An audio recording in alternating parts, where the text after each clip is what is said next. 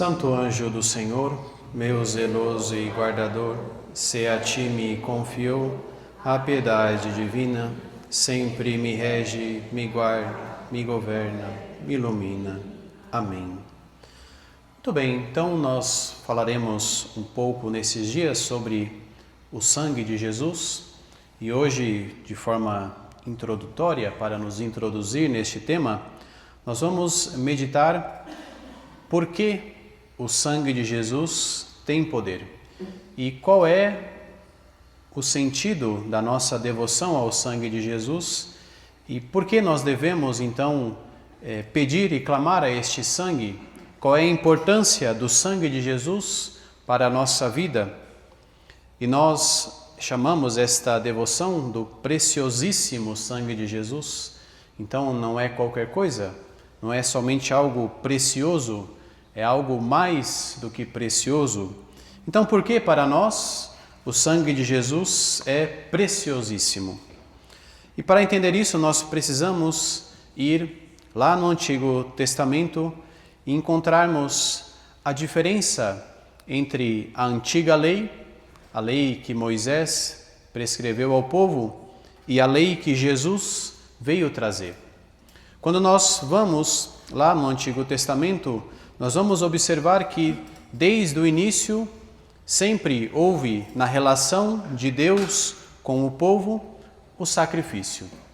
O povo oferecia sacrifícios para chegar até Deus, para expiar, para receber o perdão dos seus pecados. Então, quando alguém cometia um pecado, essa pessoa precisava oferecer um sacrifício de algum animal para que o seu pecado fosse transferido da pessoa para este animal. Então, o animal sofria o peso do pecado da pessoa e ela ficava livre. Porém, como nós vamos entender aqui através das leituras bíblicas, existia uma falha neste sacrifício, porque o sacrifício precisava ser repetido. Não era suficiente fazê-lo uma vez. Ainda que a pessoa oferecesse um sacrifício de algum animal, essa pessoa, de certa forma, continuava contaminada pelo pecado. Então, ela precisava de tempos em tempos renovar, fazer de novo este sacrifício.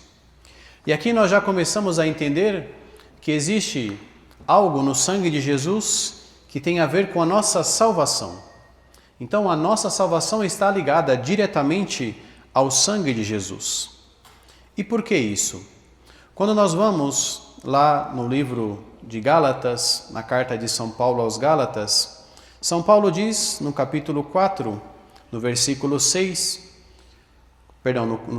4, quando se completou o tempo previsto, Deus enviou seu Filho, nascido de mulher, nascido sujeito à lei, para resgatar os que eram sujeitos à lei, e todos recebermos a dignidade de filhos.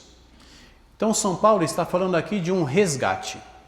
Alguém veio para nos resgatar. E por que isso é importante? Porque nós precisamos entender que a nossa condição com o pecado, depois do pecado, era uma condição de escravidão. O homem e a mulher, ao escolher o pecado, se tornaram escravos do pecado. E se tornando escravos do pecado, se tornaram, por consequência, escravos do inimigo, escravos do demônio. Então, esta era a condição do homem. O homem era escravo.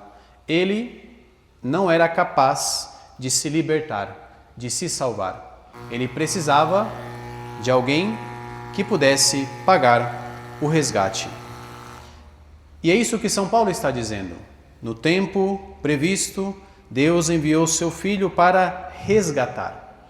E essa palavra resgate que São Paulo usa aqui é uma palavra que, infelizmente, no nosso português não tem todo o sentido profundo da palavra no original, mas São Paulo está dizendo, usando esta palavra, ele diz que Deus, Pai, passou pela humanidade e na época de São Paulo existiam os mercados públicos e nos mercados públicos, além de se venderem alimentos, animais, coisas, se vendiam também pessoas, se vendiam escravos. Então São Paulo, ao usar esta palavra, está dizendo que Deus Pai passou por este mercado público e viu que no mercado estavam alguns escravos. Sabe quem são os escravos? Nós, a humanidade. A humanidade que era escrava. E Deus Pai, então, ao passar por este mercado, olha para a humanidade e Ele precisa pagar algo. Precisa pagar o resgate para que estes escravos pertençam a Ele. Precisa comprar estes escravos. E sabe o que Deus Pai então ofereceu como preço do resgate da humanidade? O seu Filho Jesus. Deus Pai, aleluia, Deus Pai entrega o seu Filho Jesus como preço, como resgate, como troca da humanidade. Então aqui nós já começamos a entender. O Deus Pai entrega o seu Filho como resgate para salvar a humanidade, para libertar a humanidade escrava do pecado. Deus Pai entrega o seu próprio Filho. E mais do que isso, São Paulo vai dizer também na carta aos Efésios, no hino, onde ele escreve logo no primeiro capítulo, ele diz assim, se referindo a Jesus: nele e por seu sangue obtemos a redenção e recebemos o perdão de nossas faltas, segundo a riqueza da graça. Então, qual é o preço do nosso resgate? O sangue de Jesus. Jesus, oferecendo o seu sangue, no seu sacrifício, paga a nossa salvação, paga a nossa libertação. É o preço que Jesus pagou por nós, o preço de derramar o seu sangue.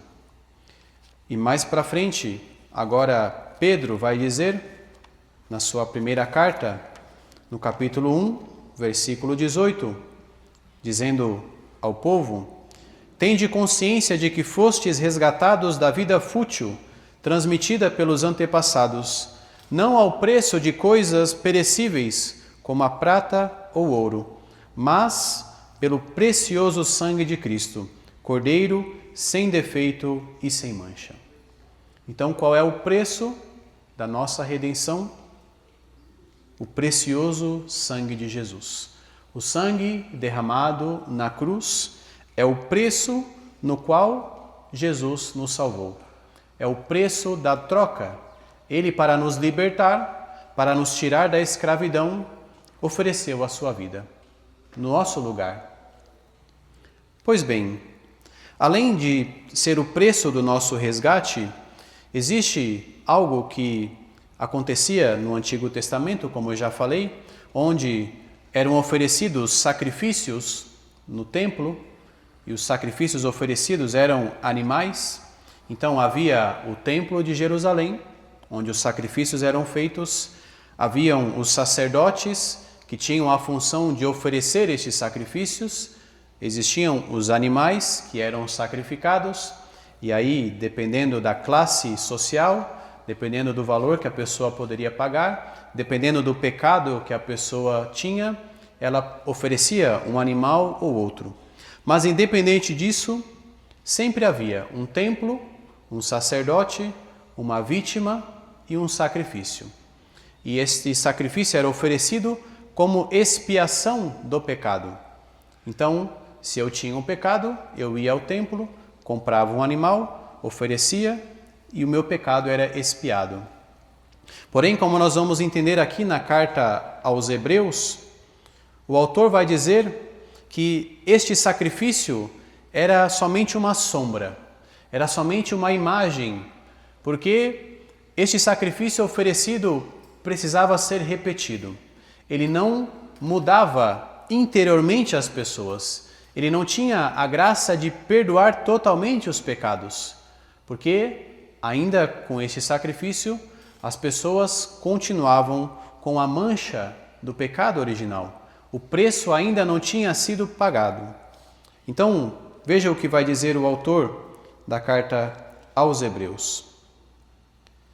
Cristo, porém, veio como sumo sacerdote dos bens futuros, Ele entrou no santuário através de uma tenda maior e mais perfeita, não feita por mãos humanas, nem pertencendo a esta criação.